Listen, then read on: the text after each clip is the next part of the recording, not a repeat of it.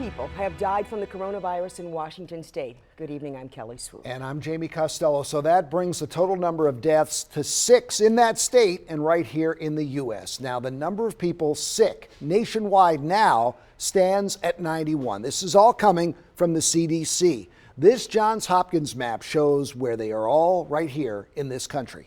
Here in Maryland, the risk is still relatively low, and all 6 people have been tested. 5 were negative, and 1 test is still pending.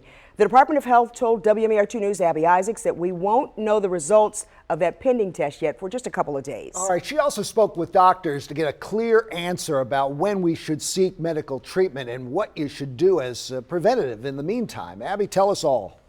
Medical professionals say we're going to start seeing a lot more people getting tested, but it's not necessarily because the illness is spreading in Maryland. It's in part because the CDC expanded the criteria for who can get tested. Doctors also say there's increased availability of the testing. 6 people have been tested for coronavirus in Maryland. 5 were negative, and 1 is still pending. So who's getting tested? The CDC laid out several guidelines for testing that the Maryland Department of Health is following.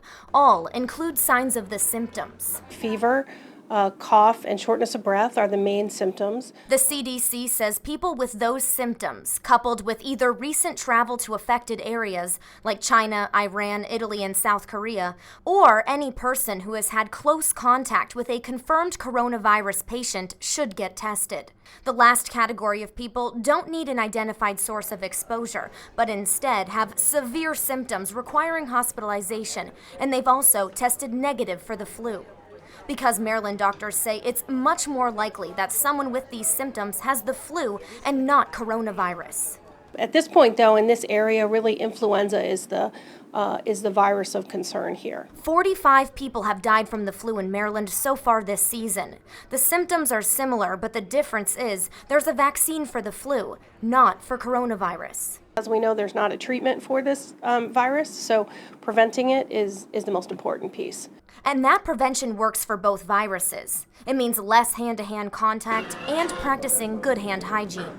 Good hand washing, 20 seconds with soap and water, liberally using hand sanitizer, using practices where you cough or sneeze into a tissue and then dispose appropriately with that, making sure that we're cleaning off surfaces and disinfecting our environment.